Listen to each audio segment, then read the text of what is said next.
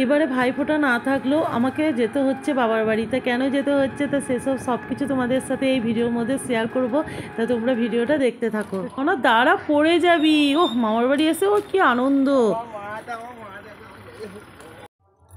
দিদা যা বাড়ি এসে দেখছে দিদা নাই, তাহলে কি হবে দেখো। তাহলে কেউ নাই বাড়িতে, বাড়ি ফাঁকা। দাদু আছে কোথায়? দোকানে।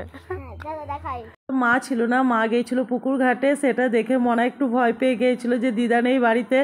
তো যাই হোক, মনাকে নিয়ে একটু মজা করলাম। দিয়ে দেখো এখন মা এসেছে, মা জলখাবারের জোগাড় করছে। আর আমি দেখো চোখে পড়লো শিউলি ফুলগুলো কি সুন্দর পড়ে আছে। আর শিউলি ফুলের প্রতি আলাদা একটা ভালোবাসা, আলাদা একটা অনুভূতি, আলাদা একটা স্মৃতি সব কিছু জড়িয়ে আছে। এর সুবাসে আমাদের সারা বাড়ি ভরে উঠেছে। তো জলখাবার খেয়ে দেখো আবার কোথায় বেরোচ্ছি আমরা। তো এই তো বাবার বাড়ি এলাম, আবার আমাদেরকে কোথায় যেতে হচ্ছে, তো সেটা দেখতে গেলে পুরো ভিডিওটা দেখতে থাকো, আমার সঙ্গে থাকো।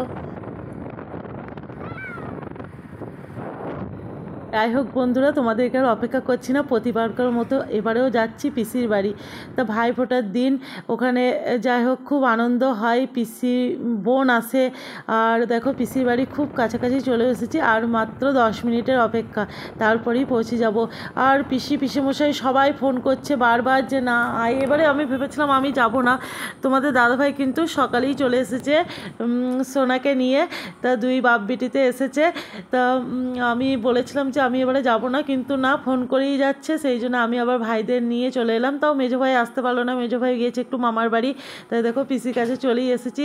আর পিসমশাই আমার প্রতি তো প্রচুর টান, ধরো ওর মানে নিজের মেয়ের থেকে কোনো অংশে আমাকে কমে ভাবে না কোনো সময়, মানে তা আমাকে বেশিই ভাবে, মেয়ের থেকেও বেশি ভাবে। তো যাই হোক এখানে এলাম, খুব আনন্দ হয়েছে সবাই মিলে। আর দেখো মনা এবার ফোঁটা দিচ্ছে। তা মনা বলছিল যে আমি কাকে ফোঁটা দেবো, আর আমার সোনা ফোঁটা দিয়েছে আমার পিসমশাইকে। তাই দেখো মনা এখন ফোঁটা দিচ্ছে এই যে এই একটা দাদাকে। তা এটা কে বলো তো? আমার বোনের জায়ের ছেলে। তা তাকে এখন ফোঁটা দিচ্ছে। তারপরেই দেখো চলে এসেছি তোমাদের সামনে। দেখো পিসি কী কী রান্না করেছে দুপুরের মেনুতে, সেগুলো একবার তোমাদের সঙ্গে শেয়ার করতে। তা পিসি করেছিল সাদা ভাত, লাল শাক ভাজা, ঝিঙে আলু পোস্ত আর খাসির মাংস। তা পিসি কিছুটা করেছিল ভাত আর শাক ভাজাটা, তারপরে আমার বোনের বর ওই করেছিল। আর আমি যদি সকালের দিকে আসতাম তাহলে আমি সকালবেলায় রান্না সমস্তই করতাম, কেননা যখনই আসি পিসি সমস্ত ছেড়ে দেয়, বলে যে তুই সবাইকে রান্না কর, খেতে দে। আর আমি ভালোবাসি, আর পিসমশাই আমার হাতে রান্না খেতে খুব ভালোবাসে। তো যাই হোক আমি দেখলাম, আর পিসি বললো এবার ঠিক আছে রান্নাটা করা হয়ে গেছে, এবার তোমার খেতে দেওয়ার পালা। তাই আমি সবাইকে খেতে দিচ্ছি, প্রথমে কচি কাচাদেরকে দিয়ে দিলাম, তারপরে দেখো সবাইকে দিচ্ছি, ভাইদের, তোমাদের দাদা ভাইকে, তারপরে এবার আমি খাবো, আমি, বোন আর পিসি। তা এদেরকে সবাইকে দিচ্ছি।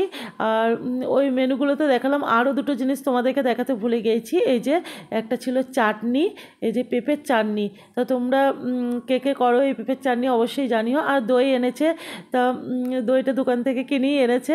তো এই হচ্ছে। তো বন্ধুরা এবার আমি খাওয়া দাওয়া করছি।